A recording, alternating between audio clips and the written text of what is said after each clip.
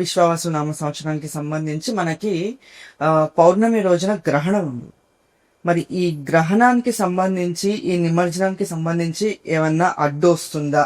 అంటే కొంతమంది 13 రోజులు 14, 15 అలా పెడుతూ ఉంటారు కదా, పౌర్ణమి దాటచ్చా? అసలు ఎప్పుడు నిమజ్జనం చెయ్యాలి సరిగ్గా మండపం పెట్టిన వాళ్ళైతే? మండపం పెట్టిన వాళ్ళైనా కానీ 9 రోజులు. గణపతి నవరాత్రులు అన్నారు కానీ గణపతి ఏకాదశ రాత్రులు అని అనలేదుగా. దాన్ని మనం పట్టుకోవాలి కదా. గణపతి నవరాత్రులు అంటే 9 రోజులే, 9 రాత్రులు అయిపోతాయి. అయిపోయిన తర్వాత 10వ రోజున నిమజ్జనం చేసేవలసిందే. 10వ రోజు నియమాలు ఏమీ లేవు. 10వ రోజు నిమజ్జనం చేయాల్సిందే. 10వ రోజు ఎప్పుడవుతుంది? చతుర్దశి అవుతుంది. మనకి చంద్రగ్రహణం ఎప్పుడు ఉంది? పౌర్ణమి రోజుకుంది. కాబట్టి మనకి ఎటువంటి ఇబ్బంది ఏమీ లేదు. చక్కగా నిమజ్జనం చేసేయటమే. అయినా మీరు చెప్పినట్లుగా 13 రోజులు, 14 రోజులు, 15 రోజులు, 21 రోజులు పెట్టుకుంటామంటే, మేము ఆర్భాటాలకు పెట్టుకుంటామంటే ఆ పూజలను ఆయన తీసుకోడు.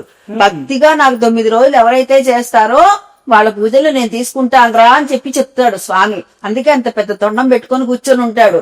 నన్ను ఆశీర్వదించడానికే. 9 రోజులు మాకు పూజ చేశారా, బాగా చేశారుగా, చాలా బాగా చేశారుగా అని చెప్పి ఆశీర్వదిస్తాడనమాట స్వామి. కాబట్టి గ్రహణానికి దీనికి ఎటువంటి సంబంధం అయితే ఏమీ లేదు. ముందు రోజు అయిపోతుంది నిమజ్జనం. మర్నాడు పౌర్ణమి రోజున గ్రహణం, చంద్రగ్రహణం. ఆ రోజున రాత్రి పూట 10 గంటలకు వస్తుంది. అర్ధరాత్రి 1:30 వరకు వస్తుంది. గర్భిణీ స్త్రీలు కూడాను ఎటువంటి నియమాలంటే వాళ్ళు హాయిగా తింటారు, పడుకుంటారు. ఇంకా బయటికి వచ్చేటటువంటి అంటే బయటికి వచ్చి చూడొద్దు.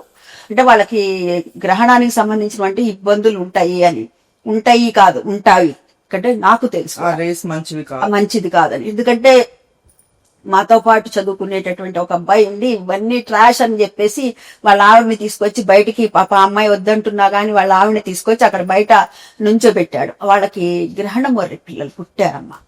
అందుకని చెప్పి నేను అలాంటివి మన పెద్దవాళ్ళు ఏదైతే చెప్పారో అలాంటివి ఉంటాయమ్మా. అది మనం అనుకుంటా చాదస్తం కాదు, ఇది ఇందులో సైన్స్ కూడా ఉంది. దాన్ని మనం పట్టుకోవాలమ్మా. కాబట్టి గర్భిణీ స్త్రీలు మటుకు మీరు భయపడద్దు. భయపడాల్సింది ఏమో, శుభ్రంగా రోజు అయినా గర్భిణీ స్త్రీకి 7:30-8 అన్నం పెట్టేస్తారు కదా, హాయిగా పెందలాడే అరగాలి కదా, త్వరగా తినాలి కదా, త్వరగా తినండి, హాయిగా పడుకోండి, ప్రశాంతంగా ఏసీ వేసుకొని పడుకోండి హాయిగా, అంతే.